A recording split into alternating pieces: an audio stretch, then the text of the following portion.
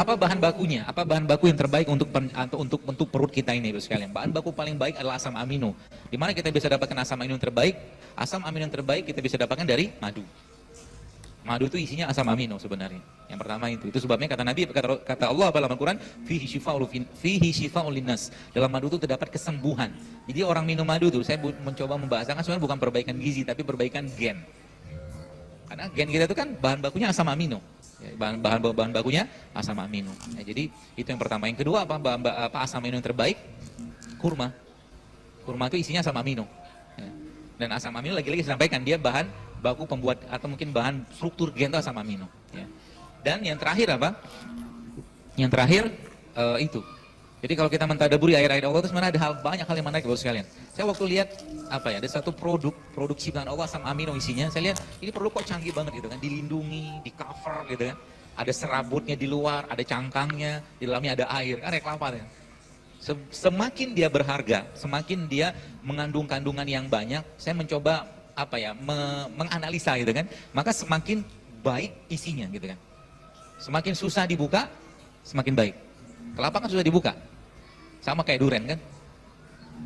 Iya kan, durian kan susah dibuka. Durian itu paling yang berharganya apa sih? Bukan dagingnya, bijinya. Ya Bapak Ibu nanti buka di browser gitu kan, lihat kandungan biji durian itu apa? Durian seed gitu lihat. Ternyata asam amino isinya, sama kayak air kelapa. Sama kayak kelapa. Ya, jadi itu air yang paling steril yang sebenarnya kalau kita mau pakai modal air kelapa aja itu udah luar biasa betul sekali manfaatnya.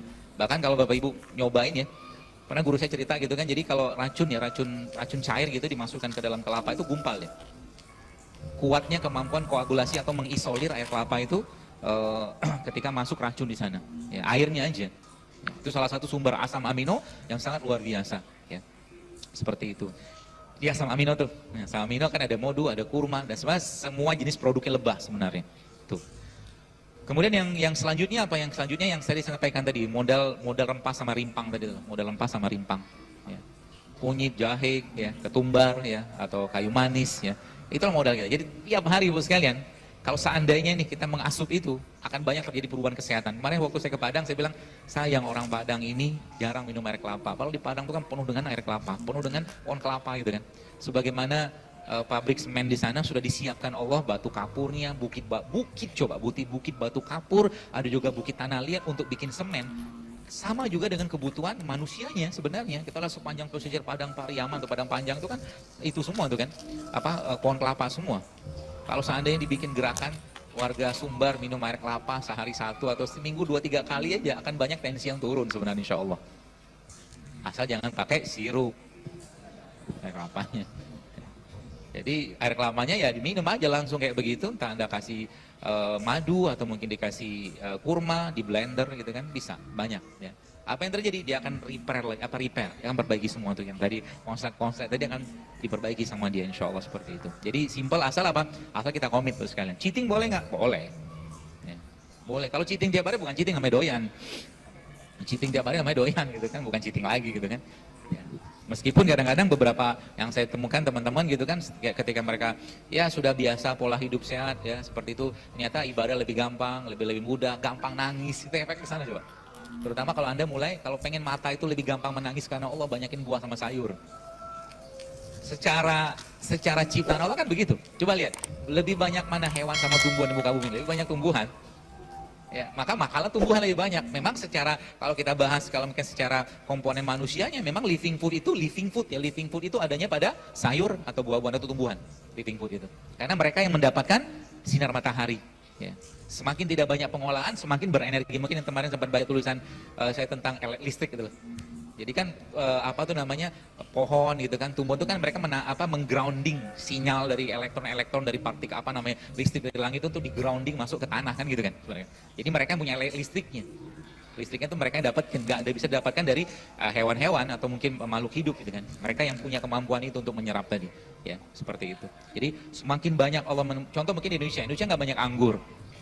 Ya, anggur warnanya ungu. Terus gantinya apa? Terong. Makan terong aja kan sama tuh kan. Setiap yang Allah ciptakan di situ ada warna kuning atau warna ungu atau apa, biasanya kalau nggak either itu di sayur, di buah juga ada tuh. Selalu ada begitu. Ya. Kita mungkin nggak ada Ya mungkin katakan jeruk sankis gitu kan. Yang sekarang juga kadang-kadang saya bingung lihat jeruk sankis tuh, ini bijinya kemana gitu kan, sudah pada hilang. Kalau nggak ada biji nanamnya dari mana? Seperti itu. Bagaimana cara menghidupkan listrik ya di pencernaan kita tadi sekalian? Paling gampang menggunakan konsep warna sama rasa. Jadi kalau Anda nanti makan, ya makan itu coba ambil sumber dari sayur atau buah-buahan yang mengandung berbagai macam warna dan berbagai macam rasa. Ya. Contoh mungkin Anda bikin salad gitu kan. Salad misalkan ada mungkin brokolinya, ya ada wortelnya, ada paprikanya dengan berbagai macam warna di situ dan kasih berbagai macam rasa juga. Ada pedesnya dan bisa kasih sedikit dari apa tuh namanya dari cabai atau lada hitam. Kemudian kecutnya asamnya dari jeruk nipis, manisnya dari madu misalkan seperti itu dia penuh. Setiap hari kalau komponen makanan kita itu seperti itu lama-lama dia akan reset ulang badannya. Riset ulang, lama-lama apa? Penyakit itu jangan diobatin. Kalau memang tubuhnya, kalau bahasa saya itu tubuhnya sudah bisa atau tubuhnya mampu mengendalikan sendiri atau mendapatkan bahan baku yang cukup, maka dia akan repair sendiri sebenarnya, repairing sendiri. Ya, seperti itu. Ya, itu salah satu konsepnya. Plus lagi ditambahkan dengan tadi saya katakan, mungkin bapak ibu teman-teman bisa coba tuh, mungkin ya serai itu enak kok dibikin minuman. Ya, geprek-geprek doang, kasih air panas, udah dapat gitu kan. Atau mungkin jahe, ya dipukul-pukul aja gitu kan, kasih air panas sudah cukup untuk memperbaiki gen ya, simple ya, tapi memang butuh apa, butuh kemampuan kita untuk mengendalikan tadi seperti itu. Wallahualam bishawab. Assalamualaikum Ustadz, saya Anissa dari lantai 15. Saya sering berdebar-debar dan sesak, kata dokter stres dan asam lambung, kira-kira minum apa Ustadz? Berdebar-debar? Iya. Belum nikah kali? Ya berdebar-debar banyak penyebabnya sih ya. Salah satunya masalah di mineral. Ya, mineral kalium ya salah satunya, kalsium, magnesium juga kalau dia kurang berdebar-debar juga. Ya, atau mungkin dia tak seimbang seperti itu. Paling gampang kalau saya sih diajak berzikir. Ya, berzikir dan ketika Anda ini yang solusi spiritual dulu ya. Ya, Anda punya air gitu kan, airnya diruqyah, lalu air tadi Anda ambil tangan Anda lalu diusapkan ke dada. Ya, seperti itu. Bisa juga kayak begitu. Atau mungkin yang minum air zam-zam, itu yang paling mudah. Terus bagaimana yang lainnya? Salah satunya adalah tadi kurma tadi diminum, dimakan maaf, atau bikin ramuan dari kurma, ya kayak mungkin bukan ramuan dari kurma, tapi dari apa rimpang tadi itu loh, ya mungkin jahe, kunyit, ya karena mereka penuh dengan mineral. Itu mudah-mudahan bisa membantu, insya Allah. Amin. Baik, yang kedua, mohon saran untuk kanker usus supaya mengurangi nyeri dan menaikkan berat badan, Ustaz. Kanker usus, mengurangi nyeri dan menaikkan berat badan. Berat badan itu terjadi karena ya gizinya badan, terus kalian gizinya badan itu dimakan sama badan, maksud sama kanker tadi gitu loh. Jadi porsi badan kita itu kan sel-selnya dimakan sama dia. Pertanyaannya, bagaimana cara kita tidak memberi dia makan? Ya, kanker tidak suka dengan lingkungan basah. Bagaimana caranya? Makan semua produk yang bersifat basah. Contohnya apa? Kurma, ya, atau mungkin air zam-zam, ya. Termasuk juga Bapak Ibu mungkin belum pernah ngetes, saya pernah ngetes, teman yang ngetes. Jadi ASI itu, ASInya ibu-ibu itu pH-nya sama kayak zam-zam. ASI itu. Jadi memang air terbaiknya memang air alkali sebenarnya, ya, seperti itu. Kemudian sayur dan buah-buahan ya. Dan ada beberapa jenis sayuran yang memang sangat tinggi serat atau buah ya, atau ya sayur atau buah yang tinggi serat seperti rumput laut sama lidah buaya. Ya. Coba itu diminum, ya.